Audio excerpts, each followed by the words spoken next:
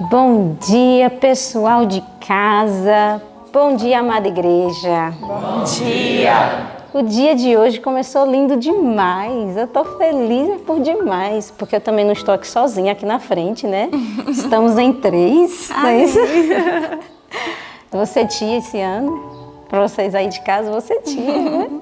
Nós temos um ser, né? Uma criatura de Deus, um filho do Senhor crescendo aqui, com uma nova vida que vai surgir, uma nova vida nesse ano, tantas coisas boas acontecendo e a palavra de Deus que se renova toda manhã, que alegria, né? Amém! E você daqui uns dias vai ter carinha nova aqui conosco na frente, para honra e glória de Deus. Vamos orar nesse momento pedindo a bênção do Senhor sobre o nosso culto?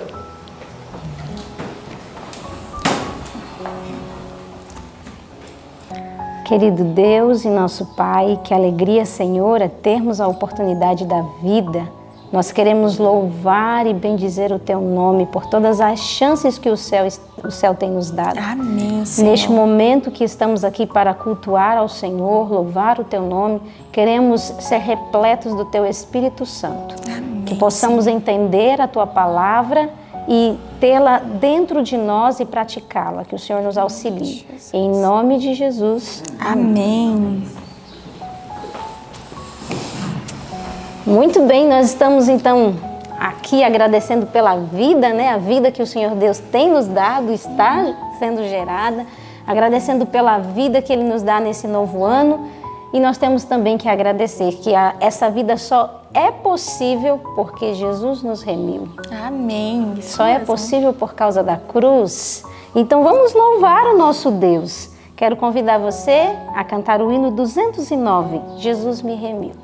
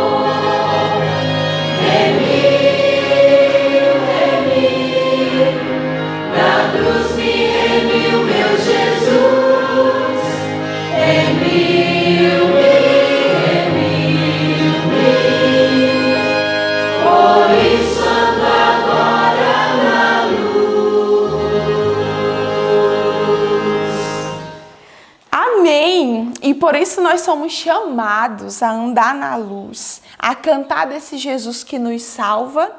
E há um verso muito lindo na Bíblia, o verso dessa semana que nós estamos decorando. Talvez você esteja aqui no nosso culto pela primeira vez. Quero convidar você que talvez esteja aí pela primeira vez conosco assistindo o vídeo. Nós estamos decorando essa semana um versículo muito especial que se encontra no livro de Atos. Está no capítulo 20, no verso 24. E nós queremos te convidar a decorar conosco esse texto que é tão lindo e nos incentiva tanto a viver aquilo que Deus nos chamou para viver. Amém. Vamos juntos então? Vamos. 3. 1, 2, 3. Atos 20 e 24. Mas de nada faço questão, nem tenho a minha vida por preciosa, contanto que cumpra com alegria a minha carreira e o ministério que recebi do Senhor Jesus, para dar testemunho do Evangelho da graça de Deus. Atos 20 e 24. Atos 20 e 24. Mas de nada faço questão, nem tenho a minha vida por preciosa, contanto que cumpra com alegria a minha carreira e o ministério que recebi do Senhor Jesus, para dar testemunho do Evangelho da graça de Deus. Atos 20 e 24. Atos 20 e 24. Mas de nada faço questão, nem tenho a minha vida por preciosa, contanto que cumpra com alegria a minha carreira e o ministério que recebi do Senhor Jesus, para dar testemunho do Evangelho da graça de Deus. Atos 20 e 24. Amém. Que seja esse o nosso lema todos os dias de nossa vida. Amém. Que Deus te abençoe agora ao abrir a palavra do Senhor e estudar. Sábado, que privilégio que nós temos de estar juntos envolvidos nesse momento de adoração ao Senhor do jeito que Ele pediu. E principalmente por causa de algo. Hoje, por ser sábado, você pode, pela graça e poder de Deus, se você perdeu algum dos dias do estudo bíblico, lembrar de buscar, vai e assiste, senta com o caderninho, baixa da internet que nós temos aí direitinho para você, você pode sem problema algum recapitular ou então buscar aqueles que não foram feitos para você poder acompanhar com a gente. O que você acha disso? Usar o tempo de hoje à tarde para que você alcance o ano bíblico, leia o que deixou de ler e faça um propósito com Deus pedindo: Senhor, me ajude, me dê força, Senhor, para que a gente consiga fazer dar certo de eu estudar o ano bíblico esse ano. Que tal? Você gostaria que eu orasse por isso na sua história, na sua vida? O que vamos estudar hoje é muito sério, de algumas pessoas que tiveram a oportunidade e não aproveitaram. De algumas pessoas que podiam ter vencido, que podiam ter feito da sua vida uma bênção muito grande. Elas tiveram uma raiz santa, um início bom, mas não puderam acabar bem sua vida por causa de uma escolha errada. E é sobre isso que vamos falar hoje. Por que o Senhor Deus, por um tempo, precisou resolver o problema do mundo, terminando a raça humana, mais ou menos no ano 1656 da história da Terra. Eu queria pedir que você apagasse para mim, filho, esse material que nós fizemos ontem. Apaga para mim. Enquanto o Joshua apaga, eu vou comentar uma coisa com você para te encher o coração, para que você entenda a seriedade disso. O início do capítulo 6 da Bíblia traz para nós uma informação muito séria. Diz assim, leia por favor. Gênesis 6, verso 1, diz o seguinte: E aconteceu que como os homens começaram a multiplicar-se sobre a face da terra, e lhe nasceram filhas, viram os filhos de Deus que as filhas dos homens, quem que tinha tomado uma posição errada? Olha o que diz o verso 2. Vendo os filhos de Deus que as filhas dos homens eram formosas, tomaram para si de todas que escolheram. Então disse Deus: Não contenderá o meu espírito para sempre com o homem, porque ele também é carne, porém os seus dias serão 120 anos. Deixa eu comentar uma coisa com você. Nos dias de Noé, uma dupla maldição pairava por sobre a terra. A primeira pela atitude de Adão e a segunda pelo assassinato que Caim havia propagado sobre a terra, o que sua descendência estava fazendo. E nos dias de Noé, que eu preciso mostrar para você agora uma situação muito... Não precisa passar o pano molhado, viu? Porque senão não dá para eu escrever agora, não tem problema. Sei que você está fazendo melhor, mas vamos deixar assim. É só esse tantinho que eu quero. Obrigada, filho. Agora, observe bem. Por que eu tirei essa parte? Nos dias de Noé, uma dupla maldição pairava por sobre a terra. Uma por causa de Adão e outra por causa da situação de Caim, o filho dele, o que ele tinha feito, né? Aliás, o filho de Adão que tinha feito. Agora, observe que coisa interessante. O ano 1, que nós sabemos que ele representa a época em que Adão veio à terra, Adão e Eva, então, eu coloco como nessa época de cronograma, o início para a história deste planeta, o início da criação. Nós não sabemos que dia foi que Adão pecou, não existe como entender isso. Então, eu vou colocar o ano 1 como o ano da criação, tá certo? 130 anos após isso, Adão teve um filho, segundo a sua semelhança, chamado Sete. Mas entre o ano 1 e o ano 130, nós temos a história de Caim. Nós temos a história de Abel. A história desses dois filhos, eu vou colocar aqui em letra verde, tá? Abel, tá bom? Que é aquele filho de Adão que ficou do lado do assim. Lembra disso? Assim diz quem? O Senhor. Era um povo que era considerados, por isso, filhos de Deus. Por que eles eram considerados filhos de Deus? Porque seguiam, eu vou colocar em vermelho, algo muito importante, seguiam o Cordeiro, certo? A diferença entre um grupo e outro, este era um grupo pecador. O grupo de Caim, o mundo se dividiu entre dois grupos, o mundo de Caim eram chamados filhos dos homens. Por quê? Porque eles seguiam assim, eu penso. Eles seguiam sua própria cabeça, seguiam sua própria imaginação, seguiam sua ideia. Compreende? Este tempo, os filhos de Caim foram crescendo sobre a terra, assim como os filhos de Sete. Ontem eu mostrei para vocês, se você não viu o material de ontem, é bom que você acompanhe para que você compreenda a linha de raciocínio da Bíblia. O que a Bíblia está tentando nos ensinar? Porque deixou escrito alguns detalhes e outros não se importou tanto. Após Sete, ou após o nascimento de Sete, nós temos aí uma linhagem de gente muito grande, gigantes sobre a terra, gigantes em intelecto, em sabedoria. A terra era muito diferente de agora, preste atenção que você vai entender.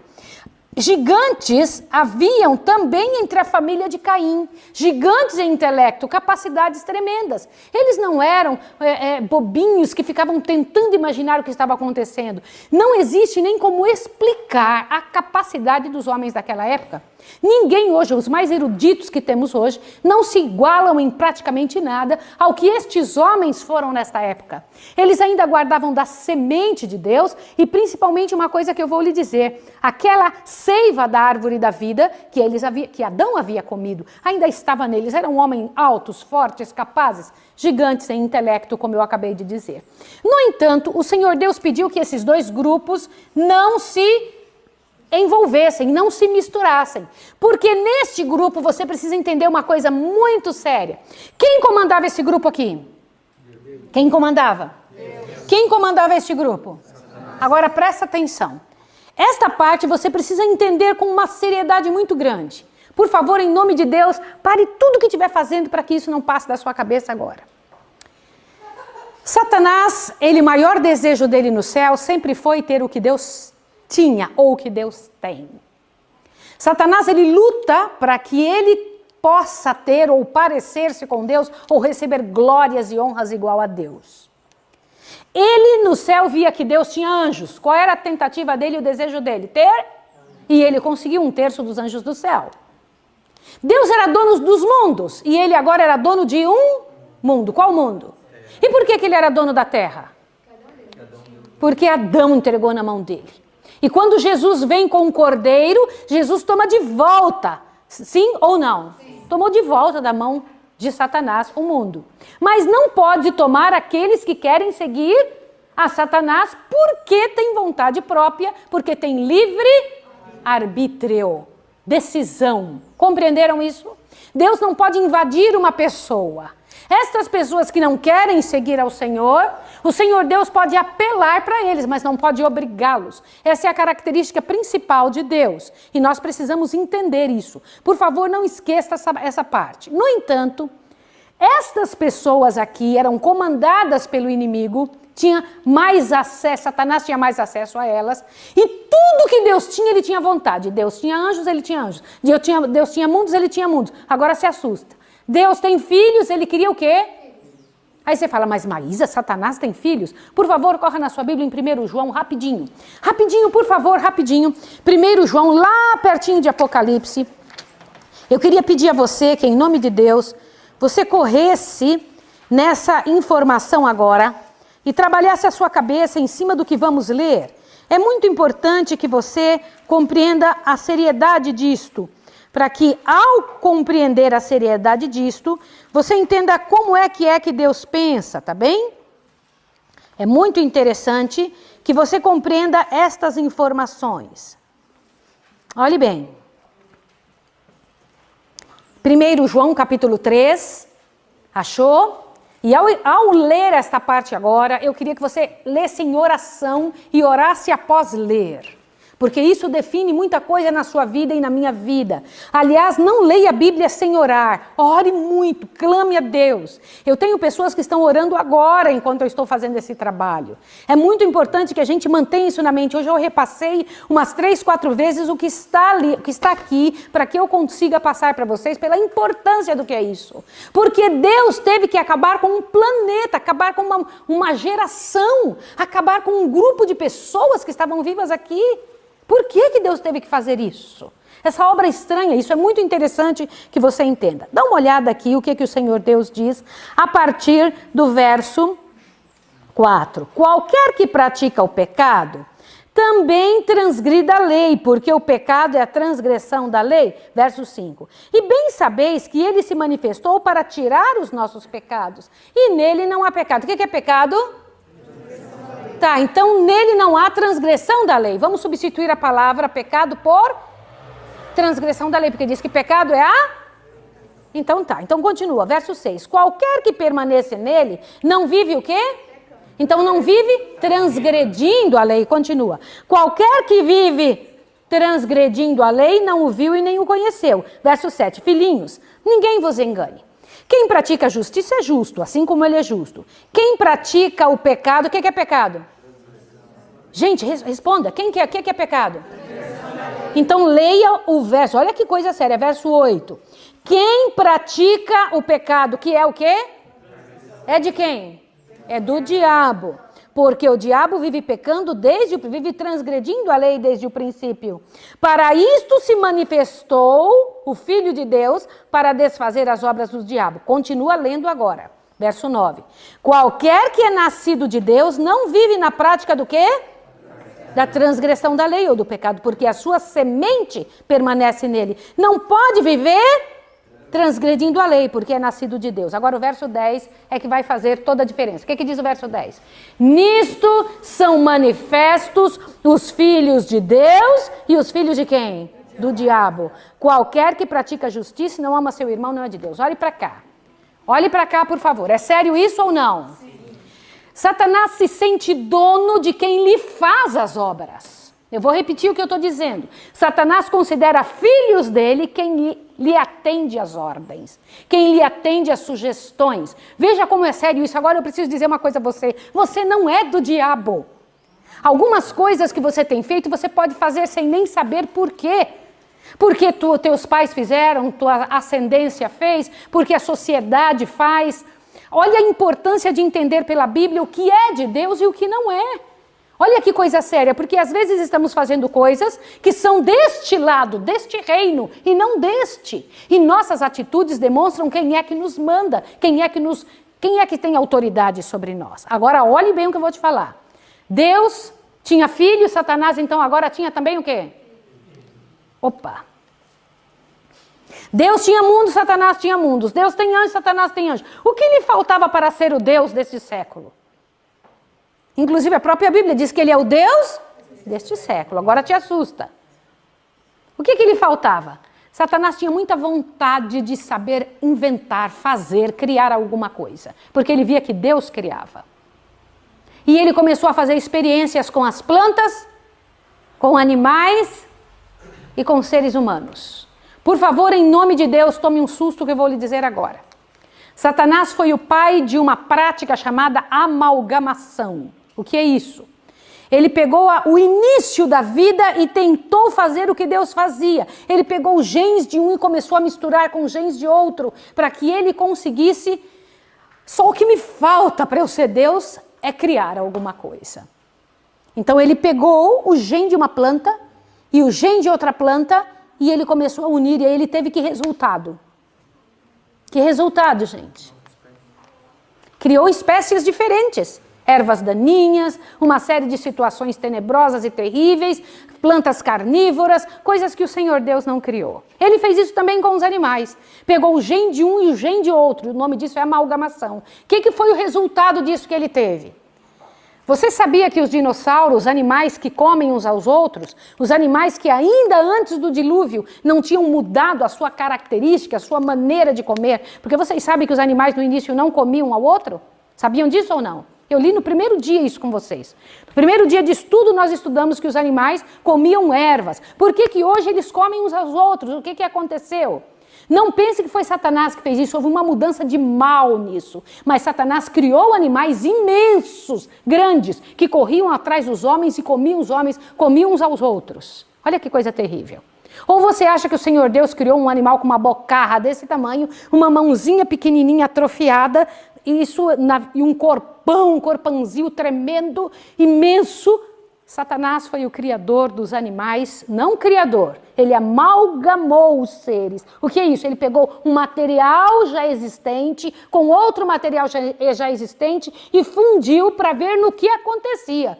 E então o resultado foram esses animais terríveis que haviam sobre a face da terra em uma quantidade tremenda. Isso não veio de uma ameba que foi crescendo, se transformando nisso, naquilo, na época de 30 milhões de anos, ou 40 ou 100 milhões de anos, como a ciência diz. Não aconteceu assim, não foi desta forma. Satanás modificou a criação já existente e ele conseguiu uma miséria infernal sobre a terra.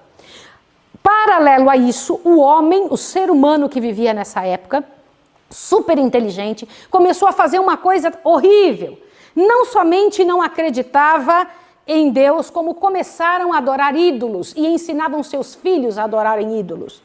E eu vou dizer uma coisa para você, quando eles começaram a adorar ídolos, e não somente as coisas que criavam, eles eram altamente inteligentes, pegavam as pedras preciosas que haviam aqui, porque nós tínhamos árvores, flores e pedras preciosas de todos os tipos. Deus havia feito esse mundo muito bonito. Irmãos, nenhum de nós tem ideia de quão bonito era o planeta antes do dilúvio.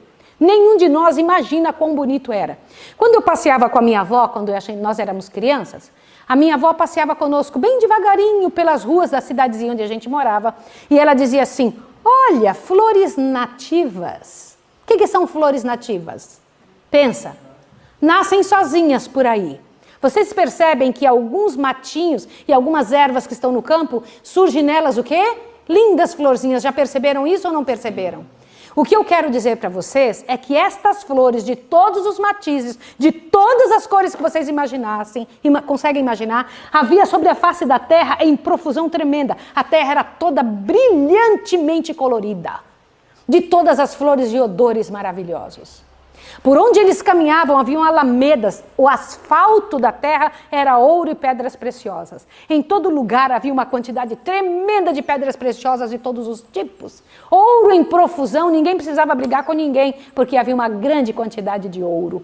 As árvores desciam com seus frutos carregados, pendentes, caindo aquela quantidade de frutos, e as pessoas passavam por aquele odor gostoso por todos os lados. E isso aconteceu na terra por 1656 anos. A terra era linda, já tinha um pouco da maldade do pecado aqui e acolá, porque Satanás tinha trabalhado na natureza também. Ele tem o poder de trabalhar pela natureza, ele trabalha na natureza, ele judia da natureza e dos animais. Mas a terra era muito linda, e os homens começaram a construir grandes edifícios para si, coisas lindas para si. Eu não tenho nem ideia como é que eram esses edifícios, essas coisas bonitas que haviam nessa época, porque eles construíam com o material que existia naquela época.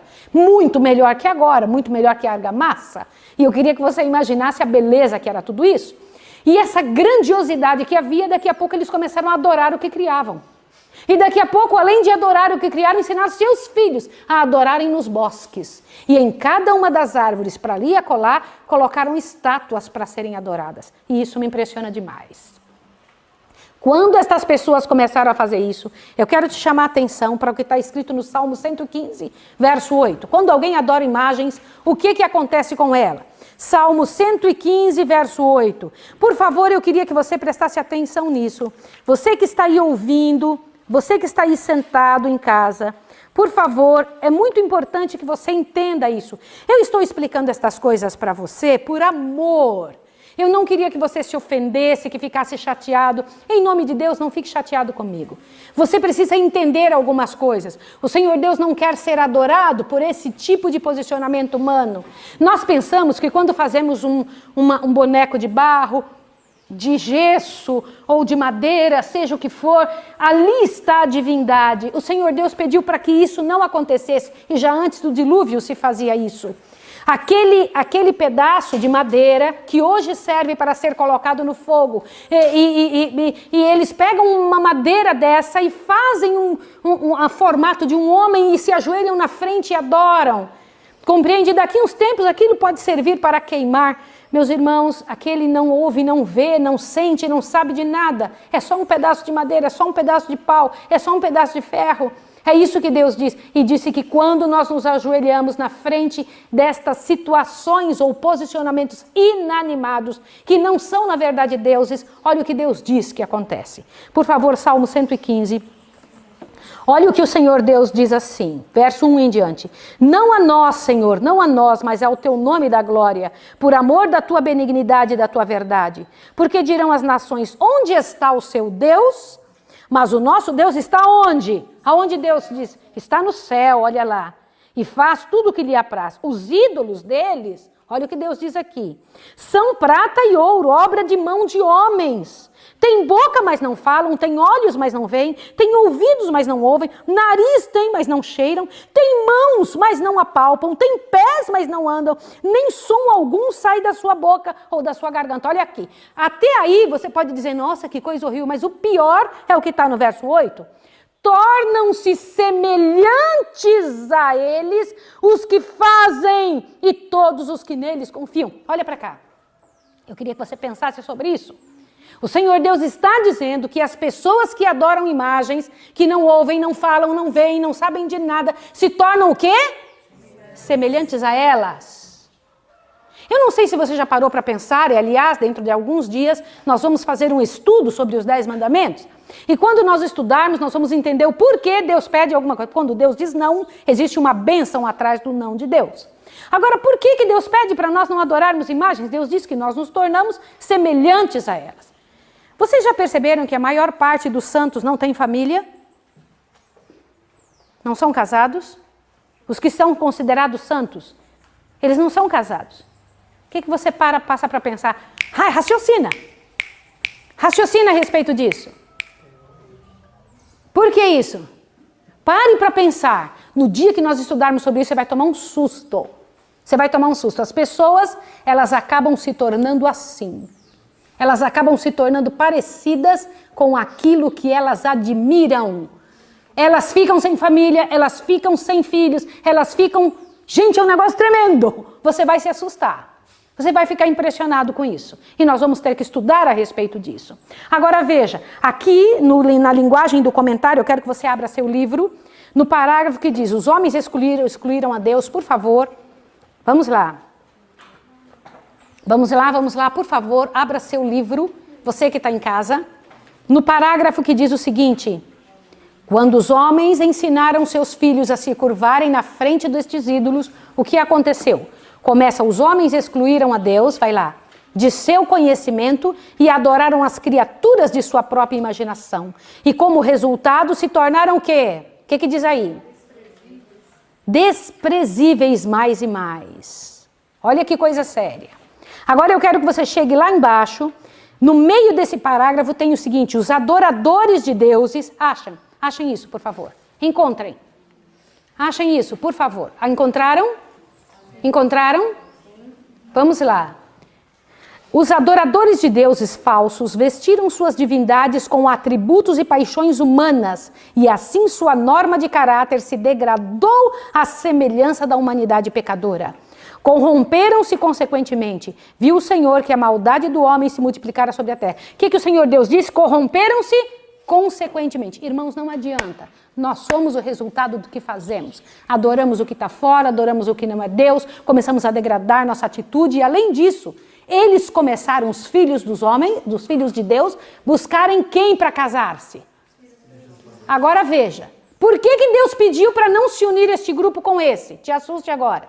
Satanás não só teve acesso às plantas e aos animais, começou a ter acesso ao que também? Aos homens. E ele começou a fazer modificações genéticas nos homens. Isso é terrível. Terrível. Agora, case-se alguém com modificação genética com esse outro grupo. Case-se com alguém onde Satanás dominava a mente e o coração deles. O que acontece com esse grupo aqui? Você entendeu a seriedade do que eu estou tentando lhe dizer? Isso é uma coisa terrível.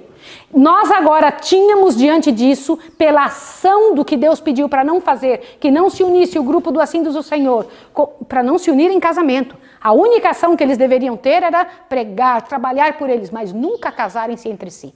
E eles começaram a se casar. Este grupo começou a adorar seus deuses. Este grupo daqui, olha que coisa tremenda. Aqui estavam agora um grupo mau sobre a terra. E foi tão mal a quantidade de inferno e miséria que os homens, irmãos, pegavam as mulheres que eles queriam, independente se era deles ou não, a quantidade que queriam. Está meio parecido com hoje ou não? Sim. E o Senhor olhou do céu. E o Senhor Deus tomou uma posição. Eu vou acabar com a humanidade que eu criei. Eu vou comentar uma coisa com você. Algumas pessoas pensam que esta época tinha bem pouquinha gente. Ô Joana, você sabe onde é que está o mapa mundi? Onde está? Vocês viram aqui? Alguém viu o mapa mundi aqui? Atrás daqui, ó. Então deixa eu ver onde é que está. Tá, está aqui mesmo. Eu preciso mostrar uma coisa para vocês. Marcelo, vem aqui junto com o Júnior. Eu vou mostrar um negócio para vocês agora. Fiquem aqui na frente dessa mesa e abram um mapa mundi para mim aí. Por favor, segura cada um de um lado que eu tenho que mostrar uma coisa. Fica aqui assim, filho, sempre para cá, ó, para poder mostrar isso daí, ó. Ok, este é o mapa mundi. Eu queria que vocês observassem uma coisa interessante no mapa mundi. Este é o local onde os seres humanos vivem neste planeta Terra. Aqui nesta pontinha, bem aqui, está o Pernambuco, onde nós estamos. Escola de Profetas está aqui. Agora eu gostaria que vocês observassem que a parte azul é toda água. Perceberam isso? Perceberam também onde está concentrada a maior parte das pessoas. Notaram? Olha aqui, ó. Deem uma olhadinha que o planeta Terra, se eu colocar aqui a parte daqui essa costa do Brasil, se eu trouxer para cá, aonde entra o Brasil? Se encaixa aqui ou não? Se encaixa onde? Na África. Aqui é o continente africano, olha. São vários países da África. Essa parte aqui, ó, norte da África, se encaixa onde? Perceberam isso ou não? Vocês perceberam que toda esta extensão entra aqui, ó. Se nós trouxermos a Groenlândia, empurrar a Groenlândia direitinho para lá e trouxer toda essa parte aqui da Europa, toda a parte da África para lá, vai se encaixar ou não vai se encaixar? E o interessante é que nós temos aqui a Austrália, observe, a Austrália entra talvez aqui, ó, no finalzinho da Índia. Notaram isso ou não notaram? O que isso nos diz? Uma época atrás, a Terra ela se quebrou na época do dilúvio. Nós aprendemos isso na ciência, na escola, que foi o fenômeno da Pangeia, não foi isso? A Pangeia é a divisão dos continentes. Mas vamos entender do jeito que a Bíblia ensina? Na época em que Deus fez, a terra toda era junta. E essa quantidade de água não existia. A terra era uma massa de água, toda florida, linda, linda, linda, linda. Haviam pequenos lagos aqui e acolá, e a água da terra estava no centro da terra e estava ao redor dela. Imagine o globo terrestre, Litinho, eu queria muito que você corresse lá e pegasse um globo. O globo terrestre, havia água por fora e no centro dela. Vamos repetir isso aqui? Aonde a água estava? Por fora. E no centro. Tá bom? Então tinha água dentro dela, lá no miolo, e tinha água por fora também. Tá certo? Não haviam esses polos com gelo. Não havia estes polos, o Polo Norte e o Polo Sul, né? Polo Norte e Polo Sul. Não existia isso. Presta atenção que você vai entender agora. Imagine sem essa quantidade de água que está aí. Imagine toda a terra, uma massa de terra lindíssima, sem as grandes montanhas que existem hoje. Esses grandes picos que nós temos não existiam. Consegue imaginar um negócio desse? Tenta enxergar com seu olho, veja aí. Agora te assuste o que você vai ver. As pessoas tendo filhos, 800 anos tendo filhos, 800 anos. Vários deles, muitos e muitos e muitos filhos. Quanta gente você acha que tinha na face da terra nessa época? Hoje nós temos cerca de quase 8 bilhões de pessoas. Quanta gente tinha no ano 1656, que foi o ano em que Deus tomou essa decisão? Nós vamos resolver esta situação na terra. A maldade do homem é tanta que eu vou precisar destruir o homem por misericórdia dele. Porque se ele continuar, ele vai fazer coisas mais, atrocidades ainda maiores. Quanta gente você acha que havia? Mais de 9 bilhões havia nesta época. Não pense que era pouca gente. Agora imagine a terra como 2 vezes mais de terra. Porque olha a quantidade de água. Tira isso tudo e coloca isso terra. Porque além de juntar, a terra que está encoberta era colocada para cima. E é importante que você veja isso. Quando o Litinha trouxe aqui, para trazer Litinha rapidinho, esse mapa mundi, você vai ter que ver um negócio interessante. Eu gosto muito de mapas, viu, gente? Sou toda apaixonada por esse negócio.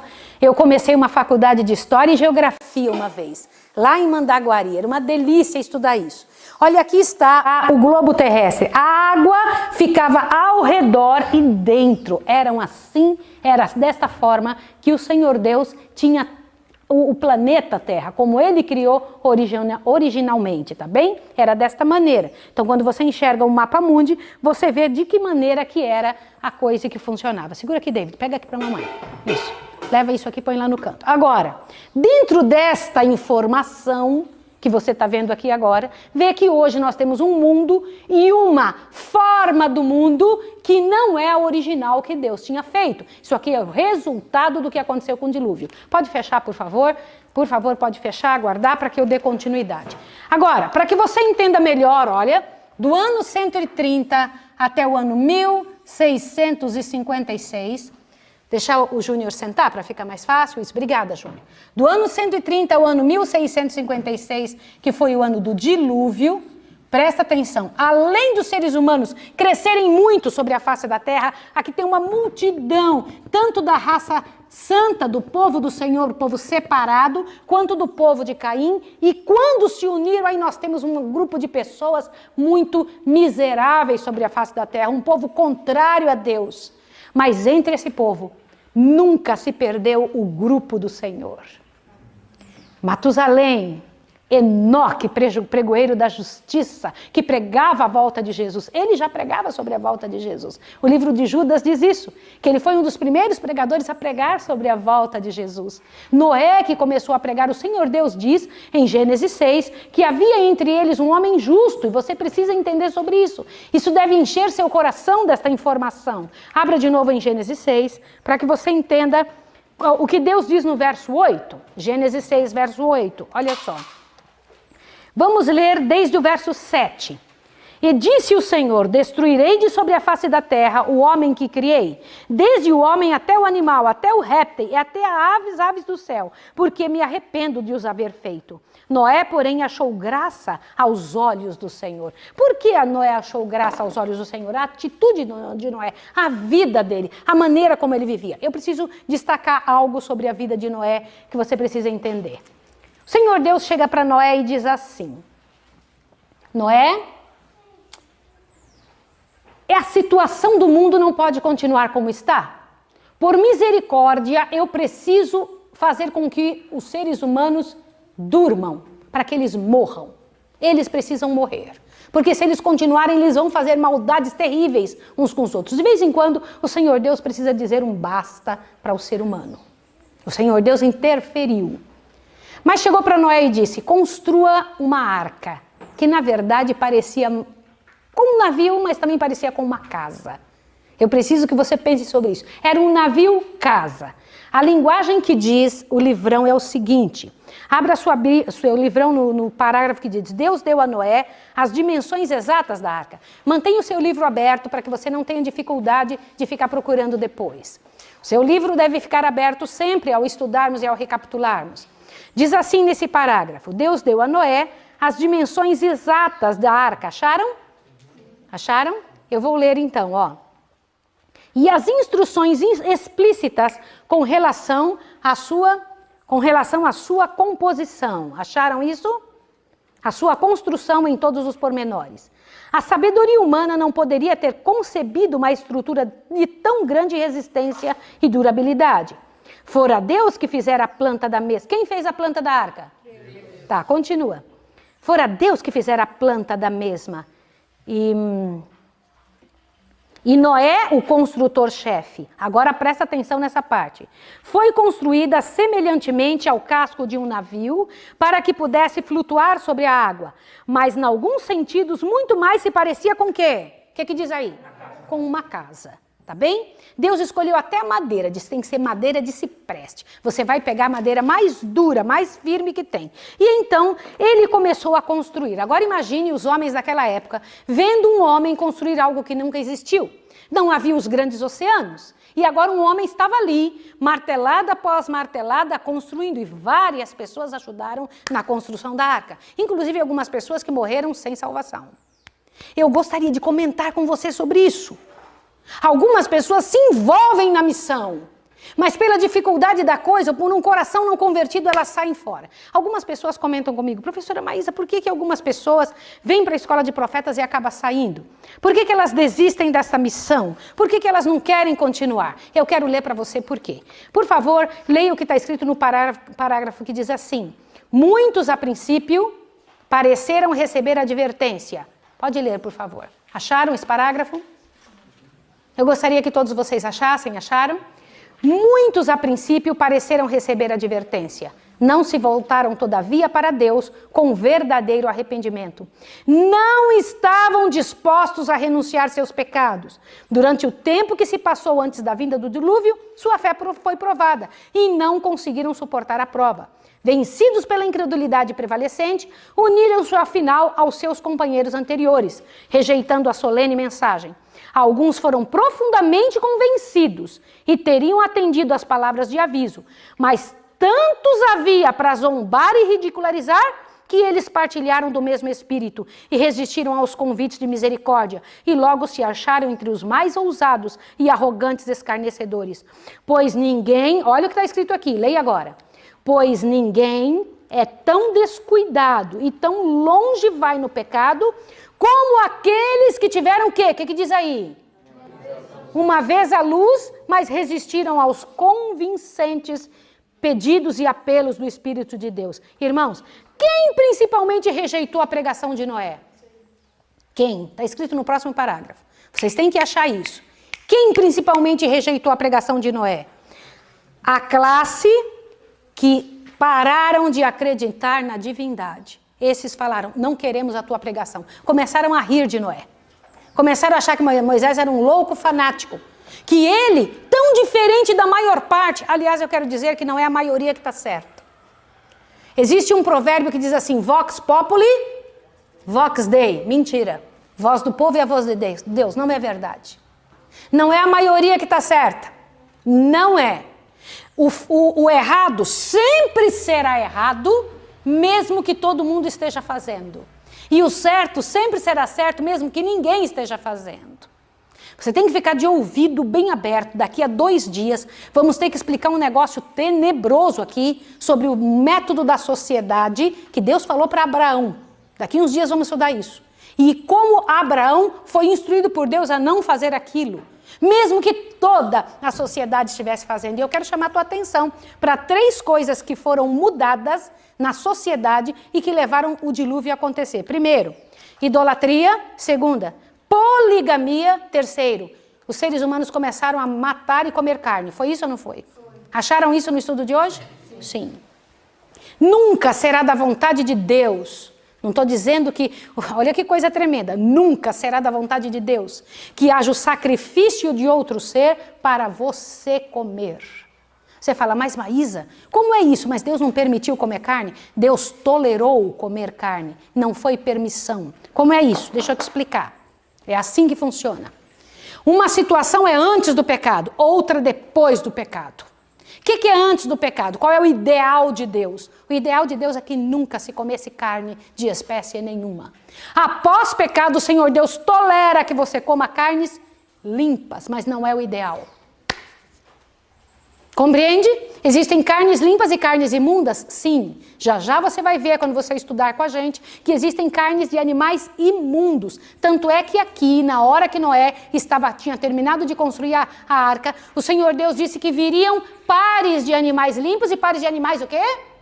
Imundos. Você tem que estudar sobre isso. Eu não vou me ater agora sobre isso, porque mais tarde nós vamos estudar esse assunto. Mas já haviam animais limpos e imundos. O Senhor Deus precisou fazer isso. Uma é a situação antes do pecado, outra é a situação depois do pecado. São situações que o pecado criou, mas não é o ideal de Deus. Compreendeu isso? Você precisa entender a seriedade desta situação. E quando entendemos isso, tomamos um outro ponto na nossa vida. Começamos a entender que o desejo de Deus não é nos igualar a uma sociedade falida, é nos trazer de volta ao Éden. Isso é muito sério.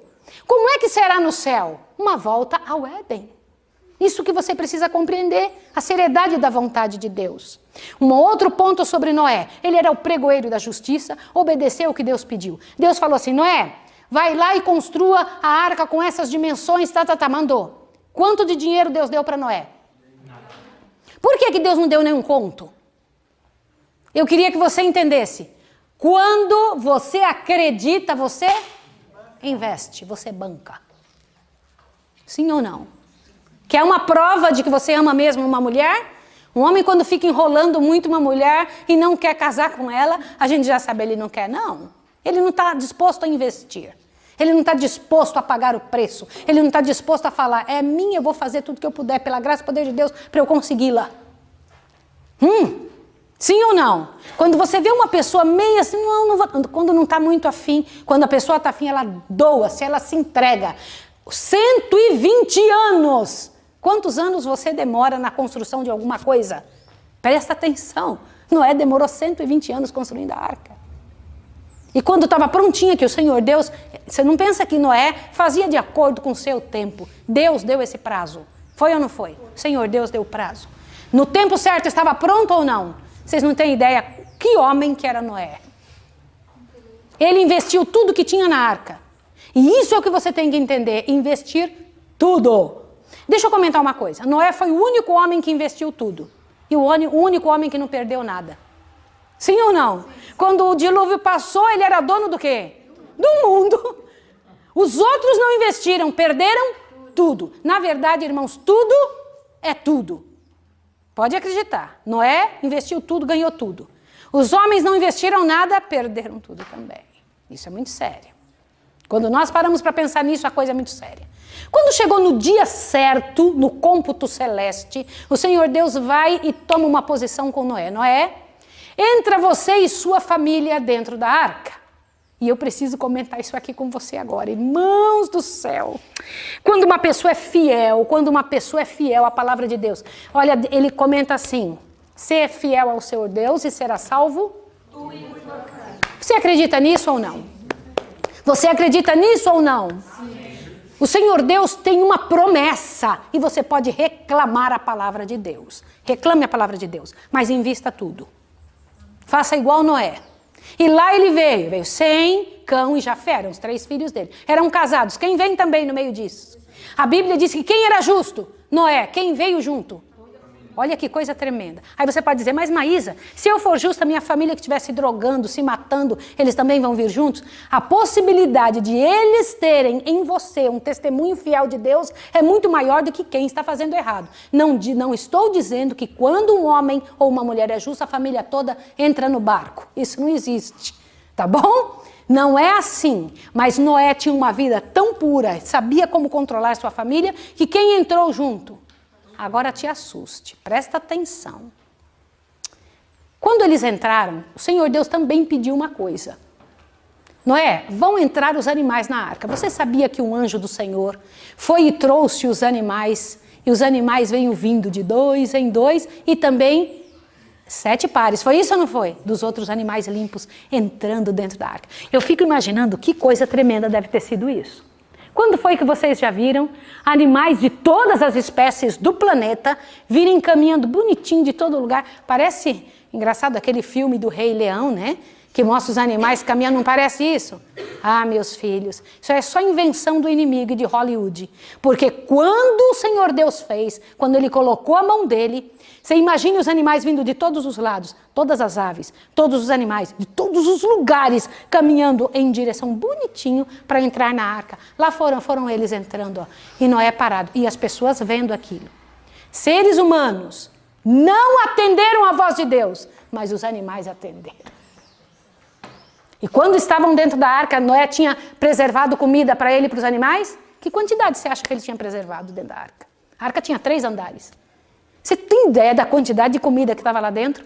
Na Holanda tem uma réplica exata do tamanho da arca. Leandro e eu fomos lá ver. E eu me assustei o tamanho daquilo. Eu nunca imaginei que fosse tão grande. Nunca tive ideia de que fosse um negócio tão grandão. É imensa, imensa, imensa.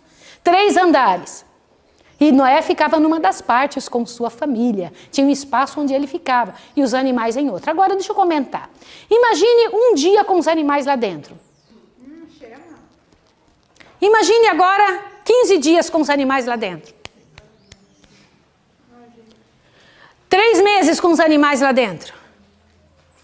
Às vezes a arca tem gente e tem situações que cheiram mal, mas é o único lugar, é como a igreja de Deus, que tem salvação.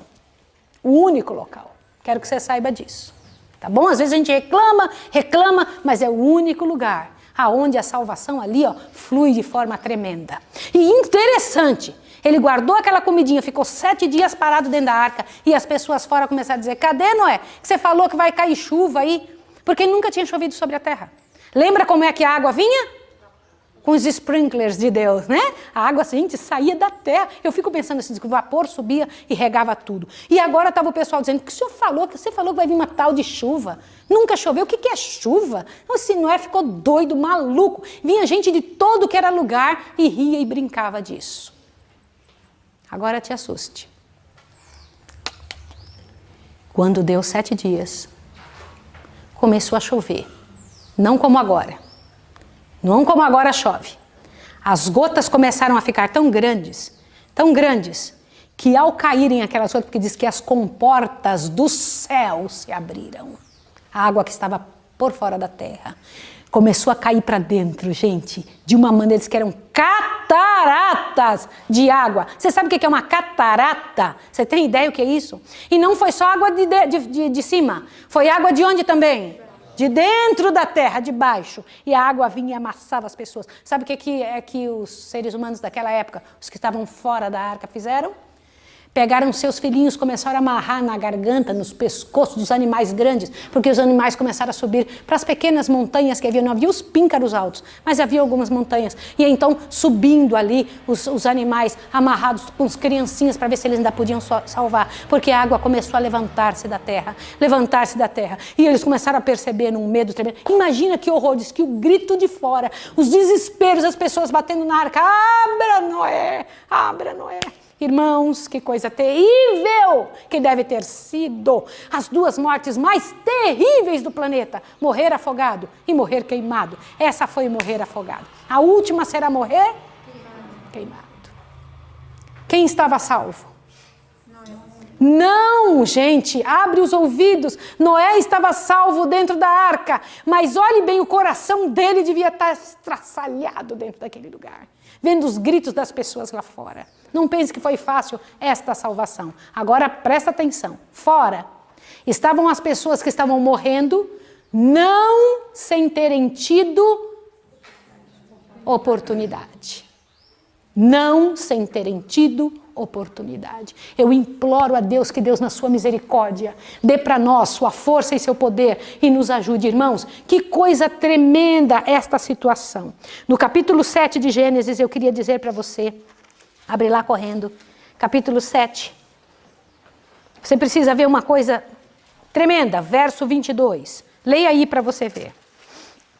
Capítulo 7, verso 22. Irmãos, no meio de toda a zombaria do povo, enquanto Noé fazia a arca, Noé permanecia como inabalável.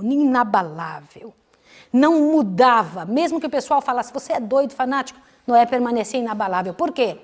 Porque ele tinha certeza de quem o chamou. Eu quero comentar uma coisa com você. Quando você tem certeza de quem te chamou, pode o pessoal de fora falar o que quiser. Você é doido, você é maluco, você é fanático. Você nem liga. Você continua. Você não se preocupa, porque é assim mesmo. As bênçãos da vida de Noé passou para todas as gerações. Sim ou não, queridos? Eu preciso ler uma coisa com você aqui agora. Olhe bem. O som do choro das pessoas fora eram maiores do que o som da natureza.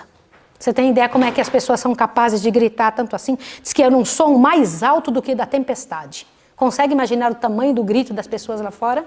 O horror? O que isso lembra para quem terminou o ano bíblico com a gente no finalzinho do ano? O que vocês lembram? No final do grande conflito diz que o choro e o grito das pessoas, na hora que perceberem que Jesus está voltando mesmo, será maior do que os elementos da natureza. A mesma coisa foi dita aqui na época do dilúvio. Então eu vou ler o 7, verso 22, olha só. Tudo que tinha fôlego do espírito de vida em seus narizes, tudo que havia no seco, morreu. Irmãos, não ficou nada sem morrer. Tudo morreu. Em todos os lugares do mundo. As águas subiram 40 metros para cima de qualquer montanha. Alguma coisa ficou vivo? Não. Mas a arquinha, você acha que ela ficou intacta porque ela tinha sido feita de cipreste? É isso? Por que ela ficou intacta? Irmãos, porque ali dentro estava o tesouro de Deus. O grande tesouro do Senhor estava ali. Noé, os fiéis. Quem é o tesouro de Deus? Os fiéis. E o Senhor Deus mandou um anjo guardar, tá? O Senhor mandou um anjo segurar e cuidar daquele povo. Irmãos, quando eu paro para pensar nisso, meu coração se enche. E eu fico pensando, meu Deus, que Deus tão bom. Quanta misericórdia, quanta bondade de Deus. Quero fazer um apelo para você. Você tem família? Daqui uns dias acontecerá de novo. Não com água, mas com fogo. O Senhor Deus precisa purificar a terra, eliminar daqui os que não servem ao Senhor, os que querem continuar sendo filhos de homens. Nós temos a chance de sermos filhos de Deus. Temos a chance de buscar a Deus e salvar nossa família, salvar as pessoas com quem convivemos, correr e gritar diante do mundo e dizer, Deus tem solução, ninguém precisa morrer. Você gostaria de fazer isso? Gostaria de pedir ao Senhor que o Senhor Deus fizesse em você e na sua vida esse trabalho tão lindo, esse poder tão grande de dizer, meu Deus, eu e minha família, eu quero chegar diante de Ti, eu não quero adorar ídolos, não quero viver de forma errada, eu quero trabalhar para Ti. Você gostaria de fazer isso? É um apelo que eu quero fazer agora para você em nome de Jesus. Que pela graça e poder do Senhor, que pela graça e poder do Senhor você se posicione. Um dia nós vamos entrar no céu, um dia nós vamos estar ali no segundo Éden de Deus. Vamos vivenciar com o Senhor todas as maravilhas do céu, nos envolvermos com as coisas celestes. E Deus pode, pela sua graça e pelo seu poder, fazer a sua bênção na sua vida agora. O Senhor Deus precisará terminar essa terra, não sem antes fazer um grande apelo para o seu coração e para o meu coração. Você quer isso para a sua vida? Você que está em casa, gostaria que o Senhor Deus trabalhasse na sua vida para que você fosse um testemunho diante do céu, de que quando Deus fala, você obedece, de que existem pessoas, mesmo que ouvindo tantas coisas ruins, vivendo no meio de uma geração corrupta, mesmo assim obedecem, mesmo assim continuam servindo ao Senhor. Gostaria? Meu Deus, espera isso de você. O Senhor Deus quer isso da sua vida. Não pense que não doeu no coração de Deus ver aquelas pessoas sofrerem. Não pense que não doeu no coração de Deus ver aquelas pessoas magoadas, angustiadas, gritando fora da arca. Nunca isso é fácil para o Senhor. O Senhor Deus chama isso de o estranho ato de Deus. O estranho ato. Convidado de Deus para que a miséria dessa terra seja resolvida. Nossos filhos podem ser criados dentro do poder de Deus. Que o céu se envolva com você. Quero te convidar para ajoelhados agora, diante do Senhor, nós pedirmos a Deus: Senhor, em nome de Jesus, faça o que for preciso, mas não nos deixe lutar as lutas do inimigo. Não queremos passar por essa situação que certamente vai acontecer com essa geração impenitente. Que o Senhor nos converta, que o trabalho de Deus em nosso favor não seja em vão. Vamos nos ajoelhar, vamos lá. Santo Deus, misericordioso Pai, o Senhor é Pai, louvado seja o Teu nome, Senhor, louvado para sempre seja o Teu nome. Nós glorificamos o Teu nome dizendo que o Senhor é o nosso Pai, tudo que o Senhor faz está certo. Senhor, nós não queremos perecer como pereceu o mundo antediluviano, não queremos trabalhar na arca e perder, Pai de amor, a chance de estar nela. Não queremos, Pai de amor, estar entre aqueles que não se permitiram mudar, transformar a vida. Senhor, não queremos fazer o que o Senhor não aprova. Queremos ser Teus filhos, Pai Santo. Converta-nos. Trabalha com essas pessoas que estão em casa. Encha-as do Teu poder. Fortalece-as para a glória do Teu nome, Senhor. Em nome de Jesus, ajuda-nos, ó Pai, a trabalhar pelos outros, a ajudar as pessoas, a fortalecê-las. E que em nome de Jesus estejamos lá contigo, eu e minha família, nós e nossa família, em nome de Jesus. Amém, Senhor. Que Deus abençoe você, que Deus te fortaleça na misericórdia e no amor de Jesus. E que Deus abençoe sua casa. Um abraço para você. Até amanhã.